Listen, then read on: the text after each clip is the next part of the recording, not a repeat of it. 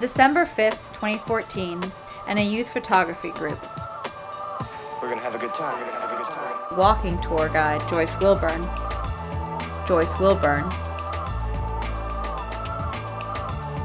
This is the Holbrook-Ross Historic District in Danville, named for the two major streets that run through the community where Danville's professional African-American community lived until the late 1960s.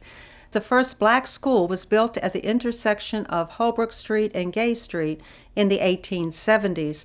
Now, in addition to the private homes, you would have found 5 grocery stores, 3 churches, 2 funeral homes, a beauty shop and school, and the place where the civil rights movement was born and nurtured. One of the first stops on this tour is Calvary Baptist Church. Paula Martin Smith, who played in the neighborhood as a child, is going to tell us about Calvary Baptist Church. Calvary Baptist Church was built in 1895, and it became the house of worship for many prominent African Americans, including Camilla Williams, the first African American to sing with a major American opera company. Marie Frankie Muse Freeman also was a member of this church. She received the NAACP highest honor given to someone who shows outstanding achievement.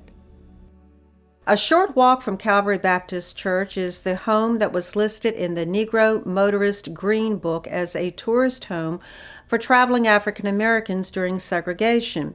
It was a private residence, and now it is the Alpha Kappa Alpha sorority house. When I was a child in the 1950s, I loved to come to Pringle's Blue Room for dinner.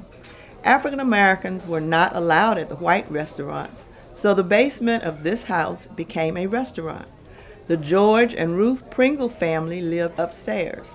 The entrance to the restaurant can still be seen on the left side of the home.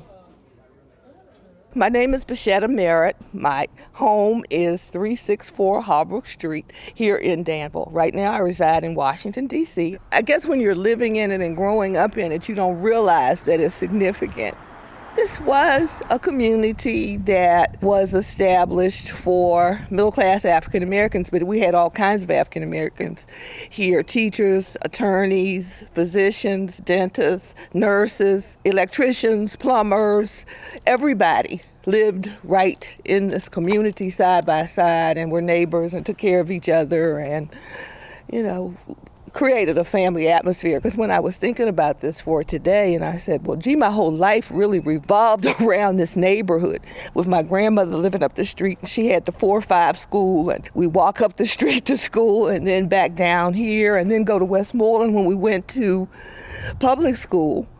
And then like 2 blocks over to Langston, and my church was Holbrook Street Presbyterian Church. So I didn't have to go anywhere hardly to do anything. And my friends lived on the street. I didn't have to go far to play. And when I tell people that we played funeral when we were growing up, they can't understand that. They say rocks, jacks, patty cake. You all played funeral? I said, yeah, because there was a funeral home in our community, and kids imitate what they see. And so we'd bury birds and whatever, and ride our bikes, and you could ride your bike on the sidewalk. And didn't think anything of it because it was part of our community. This was Cunningham and Hughes Funeral Home. For more information on the Holbrook-Ross walking tour, please visit danvillehistory.org.